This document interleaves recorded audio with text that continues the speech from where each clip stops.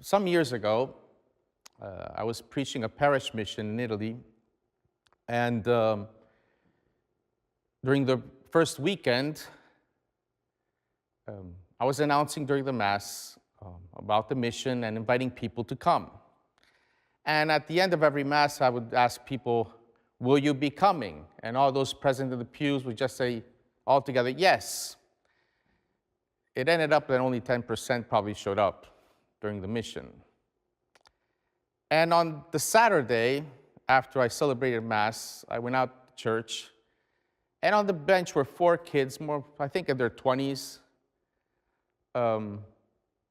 They didn't look at all, according to our standards, probably like churchgoers.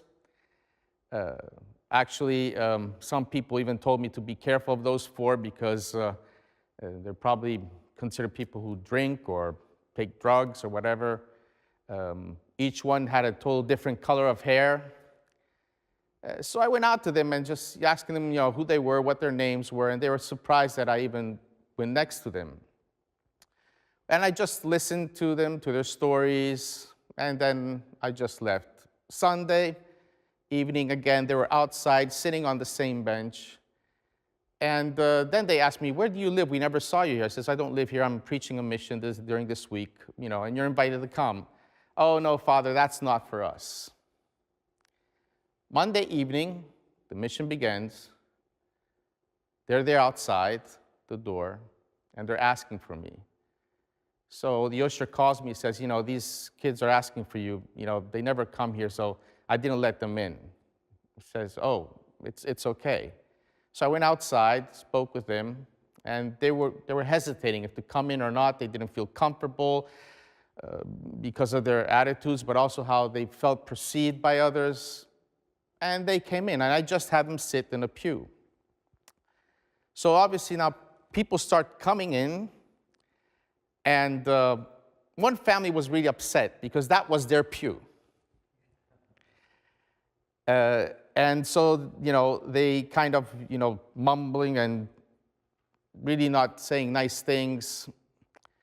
And around, unfortunately, this pew where these 4 kids were sitting, there was an empty seat in front and an empty seat behind them. There was social distancing. And I felt very sorry for them. Those 4 followed the whole mission. Those 4 who said no, they accepted to come. In Jesus' time, there were cultural barriers, and there was a lot of discrimination too. And when Jesus says that the tax collectors and the prostitutes will go before us, he's not just saying that those are the only lives that matter. He's making understand that we all matter, everyone, no one excluded. And especially we're called to go towards those that we think who are lost. Because those are probably the ones that have the best disposition of heart to listen. We have our rules, we have our preconcepts. We put God in a box. This is how he has to behave.